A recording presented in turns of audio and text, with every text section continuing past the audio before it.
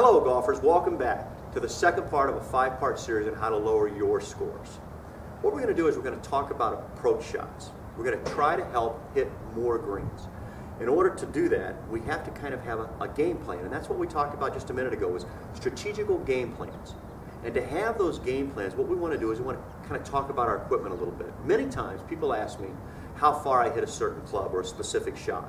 Say, for instance, how far do I hit a pitching wedge? Well, I can hit a pitching wedge easily 150 to 155 yards. Now, I know that's a long way.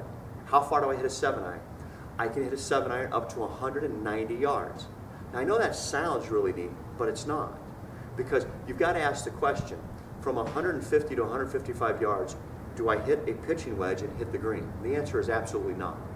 So what we want to do is we want to try to find out how far we actually hit a club consistently. Meaning, if we want to hit to the green, what club should we use based on the distance that we're away?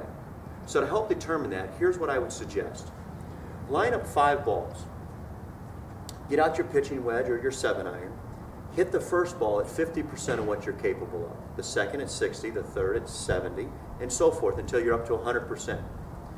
Then start seeing which position of percentage that you hit the ball the most consistent.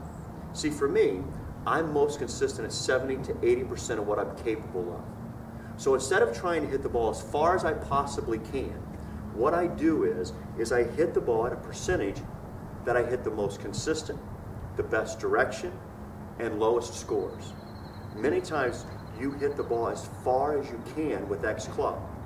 Just because I can hit it that far doesn't mean I'm going to attempt to hit it that far. What I'm going to do is I'm going to put it on the green with a swing that's easy for me to duplicate, and direction and distance it's easy for me to control. So what you want to do is you want to go to the range, you want to try to figure out exactly how far you hit a golf shot and exactly how consistent you can become, and you can hit more greens.